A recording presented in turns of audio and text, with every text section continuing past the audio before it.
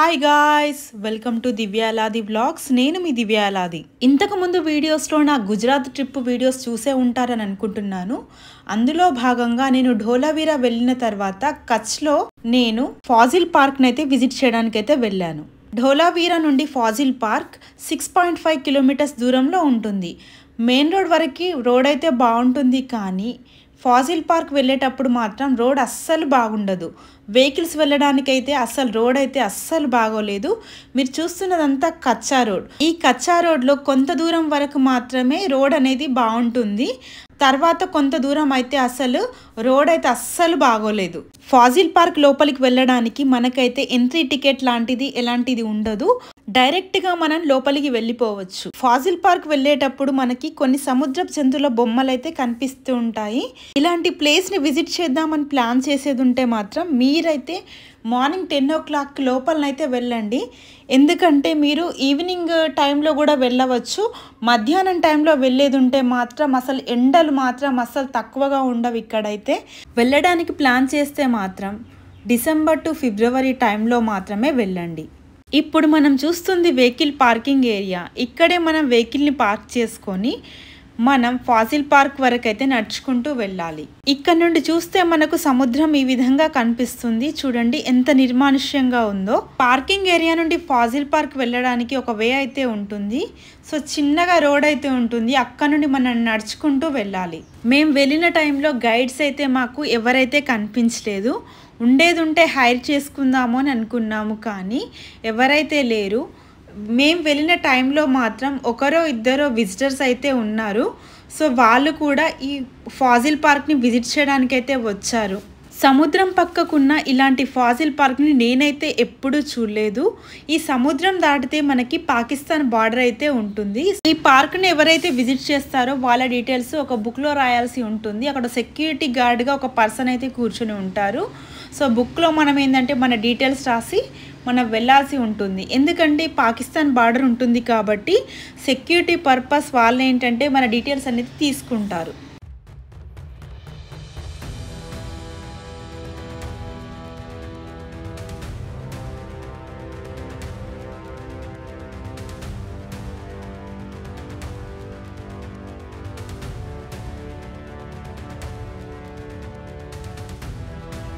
ఇప్పుడు మనం చూస్తుంది ఫాజిల్ పార్క్ యొక్క ఎంట్రన్స్. ఇక్కడ మనకు వైట్ కలర్లో కనిపించేవి పెద్ద పెద్ద ఆకారంలో ఉన్న షెల్స్. ఇక్కడ నుండి మనం ఏంటంటే లోపలికి వెళ్దాం పదండి.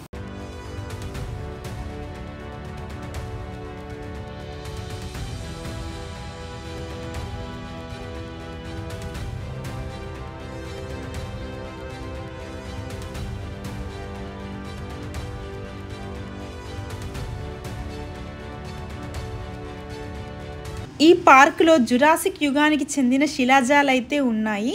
ఈ ప్రాంతం టెక్టోనిక్ మూమెంట్స్ వల్ల పురాతనమైన ఫాజిల్స్ని బయట తీసుకొని వచ్చింది.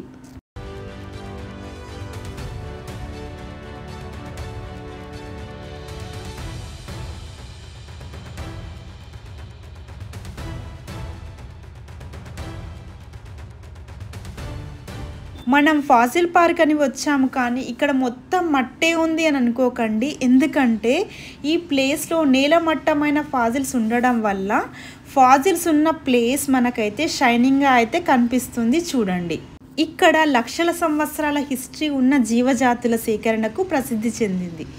ఈ ప్లేస్ని మన భారతదేశంలో పురాతనమైన ఫాజిల్స్ ఎగ్జిబిషన్ సెంటర్గా పరిగణించబడింది. ఈ పార్కులో 65 మిలియన్ ఇయర్స్ క్రితం ఉన్న marine creatures, dinosaurs and ancient plants అయితే ఉన్నాయి. ఒకప్పుడు ఈ ప్లేస్లో డైనోసారస్లు నివసించేవి. ఇంకా చెప్పాలంటే ఇదంతా నిర్మానుష్యమైన ప్లేస్. మార్నింగ్ ఈ ప్లేస్ని విజిట్ చేస్తే మనం ఇక్కడ చాలా రకాల బర్డ్స్ని అయితే చూడవచ్చు. మేము మధ్యాహ్నం టైంలో కూడా కొన్ని బర్డ్స్ని అయితే చూసాము.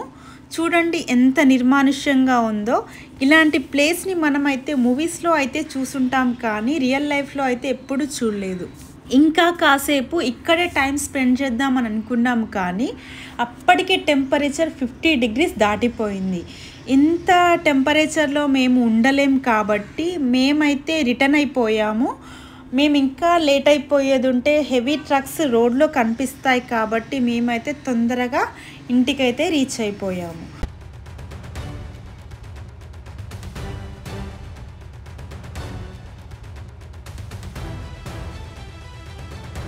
మీకు నా వీడియో నచ్చితే లైక్ చేయండి, షేర్ చేయండి, సబ్స్క్రైబ్ చేయండి.